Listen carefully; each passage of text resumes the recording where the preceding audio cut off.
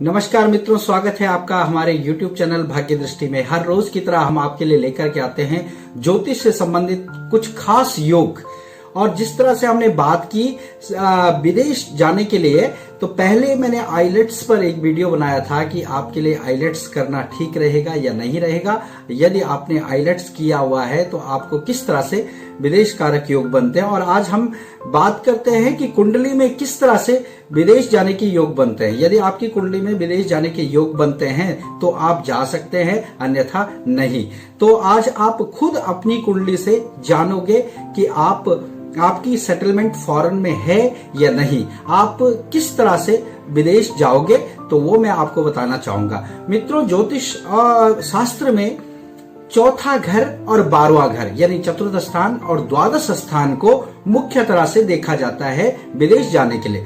चौथा घर और 12वां घर, यदि इनका परस्पर संबंध है, यहाँ पर जो भी राशियां बैठी हैं उनके स्वामी का परस्पर संबंध है और चतुर्थ स्थान पर पाप ग्रहों की दृष्टि है, तो ऐसा व्यक्ति फॉरेन में सेटल हो जाता है, फॉरेन जरूर जाता है। पर लेकिन अब किस तरह से जाएगा वो भी मैं बताऊंगा आपको कि व्यक्ति स्टडी वीजा पर जाएगा या पीआर बेस पे जाएगा, तो उसके लिए भी कुछ खास योग बनते हैं। पंचम स्थान देखते हैं हम विद्या के लिए। यदि पंचम स्थान और चतुर्थ और द्वादश स्थान के स्वामियों का परस्पर संबंध बनता है तो व्यक्ति विदेश जाता है स्टडी वीजा पर, यानी पढ़ाई के लिए, एजुकेशन के लिए ऐसा व्यक्ति फॉरेन में जाता है और वहां पर अच्छी सेटलमेंट हो जाती है। दूसरा है तीसरे घर से संबंध। तीसरा घर है भाई बहन और मित्र का।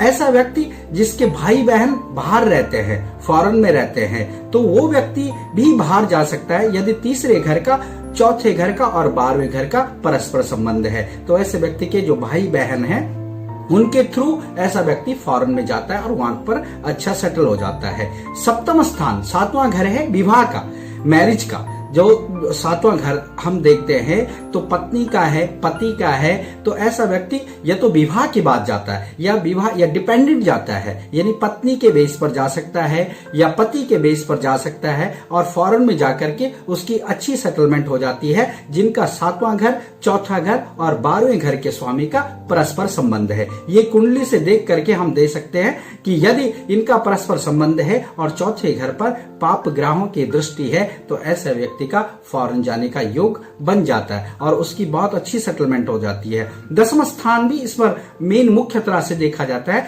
क्योंकि 10वां स्थान होता है कारोबार का और चौथा घर होता है परमानेंट रहने का। तो पीआर से संबंधित, यदि आप पीआर की सोच रहे हैं तो आप अपने चौथा घर, 10वां घर और 12वें घर के जो स्वामी हैं उनका परस्पर संबंध देख लीजिए। यदि वो परस्पर आपस में संबंधित है तो आप पीआर बेस पर भी बाहर जा सकते हैं। तो ये मित्रों, ये थे आज विदेश जाने के कुछ खास योग। इस तरह के हम छोटे छोटे से योग आपको बताते हैं अपने इन छोटे छोटे वीडियो के माध्यम से।